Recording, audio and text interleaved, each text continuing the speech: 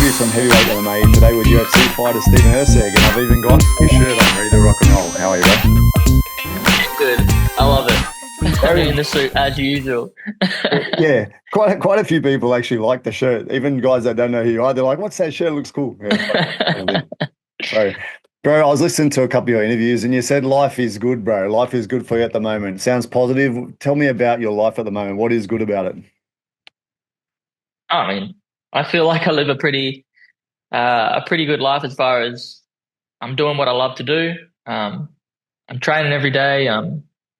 Yeah, I'm comfortable. I got good family and friends around me. Just how can you not love this sort of stuff? I don't know. True, man. And obviously things must have changed a bit. What things have changed over the course of you being in the UFC for 5 fights now since being in the Australian scene?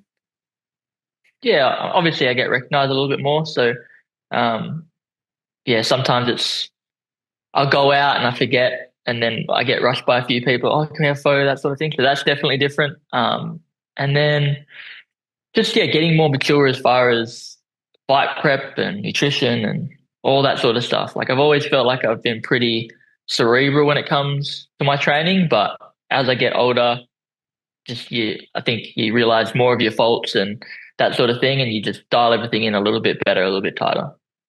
Nice, nice, man.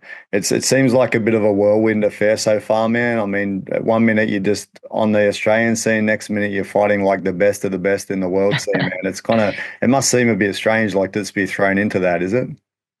Yeah, it doesn't feel real still. I don't know. I was yeah looking at the video I put it the other day, and I saw how many views it got, and it's like that's so far removed from my everyday life. Like I don't feel famous or anything like that. And then yeah, the video gets 2 million views, and I'm getting it's so weird. I don't feel like it doesn't feel like a normal thing. I guess it just feels Yeah. like I'm Steve, and yeah, some cool things happen sometimes. I was just thinking actually when I was driving to work, I'm just thinking, like someone like myself can envisage what it'd be like to fight on an Australian level because I've fought in Australia and things like I understand that level, but then taking that next step up to be on an international stage, I think it takes a special person to then perform at that level because I would just be thrown completely off. Like I'm not built like you, bro. So how is it that you can kind of handle that? It must be a lot of pressure. I don't know, honestly. It doesn't feel like it's that much different. It just um I think your training takes over. I've been more nervous for some of my local fights than I have for some of my UFC fights. Like when I fought Shannon Ross, I was yeah shitting myself out the back. It was like, oh, he's like the guy, and like you've never had that experience before, so um, and then you end up performing on that stage, and it gives you a little bit more confidence. So I think because of all the yeah regional shows and big fights I've had on like the local circuit, it really prepared me to fight the best in the world on the international circuit.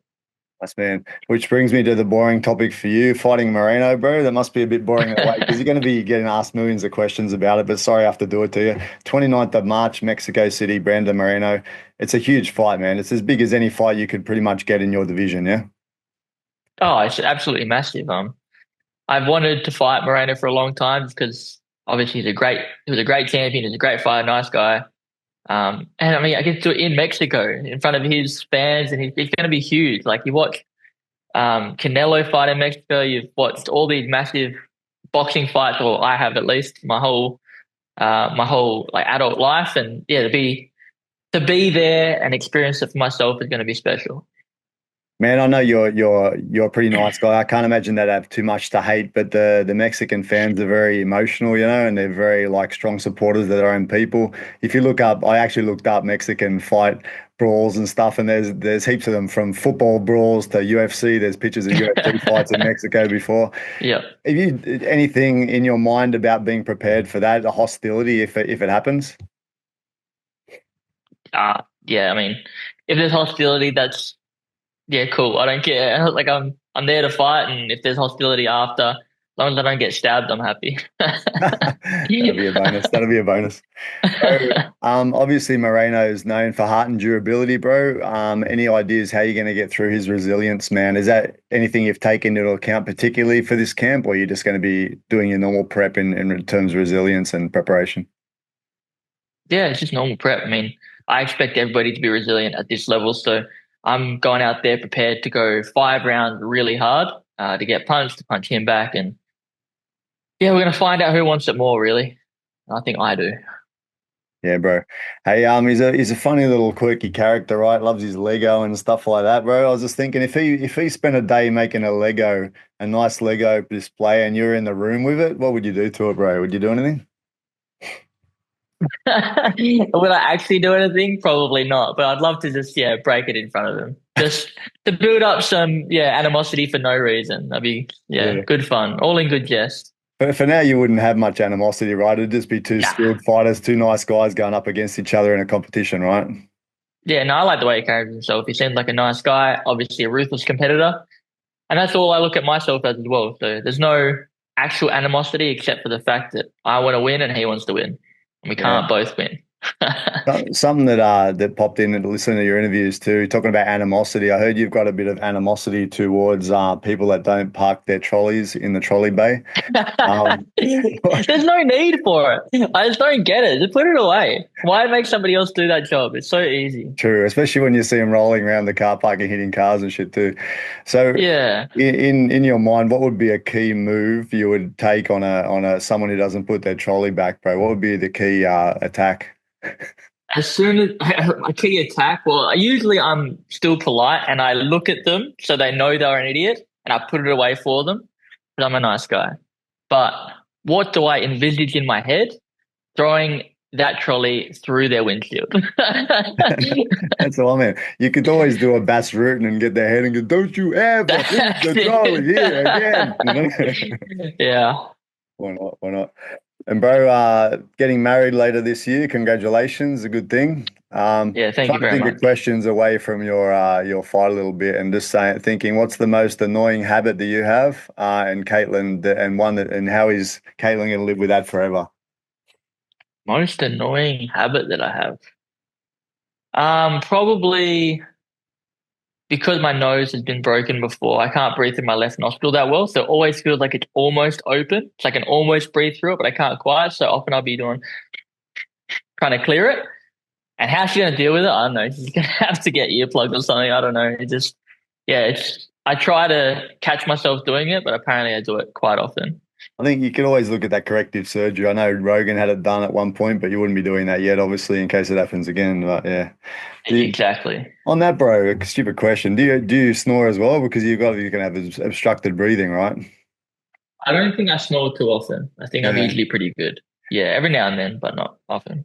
Bro, I smashed my nose in a training session of BJJ, just cracked into someone's leg on a double leg and broke my nose pretty badly. And since then I've been snoring pretty bad, man. I think I have to look at that reconstructive stuff too. It sucks.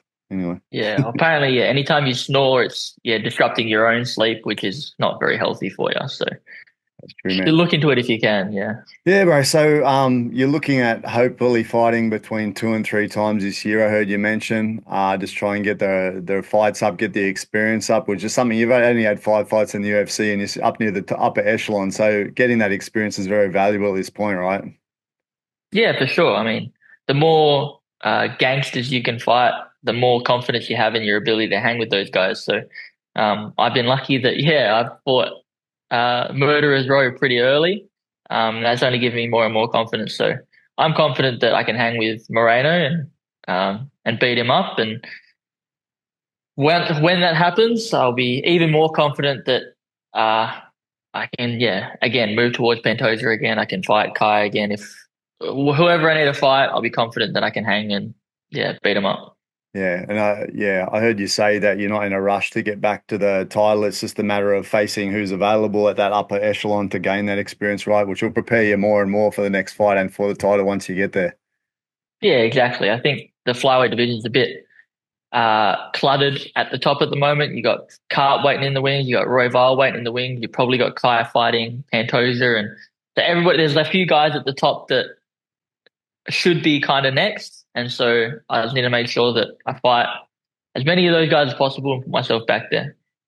And I also heard you say about learning from your mistakes that you kind of appreciate the losses because you learn from them and that sort of gives you a kickstart, right? You mentioned about Kai and blitzing, that was something that you got to work on, is like not just falling back and giving up your advantages when they blitz. Is that something you've been working a bit with this camp as well? Because he kind of blitzes a bit, right?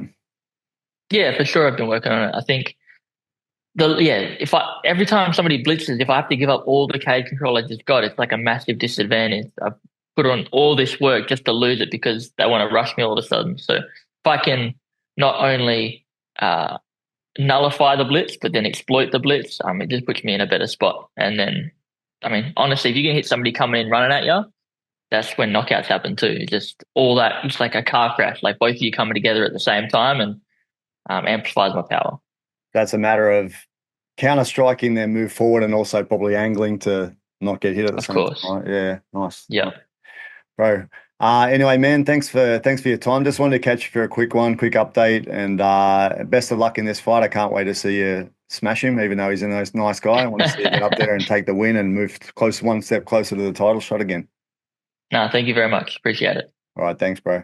Thanks again for your time. Yeah. Really appreciate it. Hey, thanks for allowing it, because I know I'm only a small.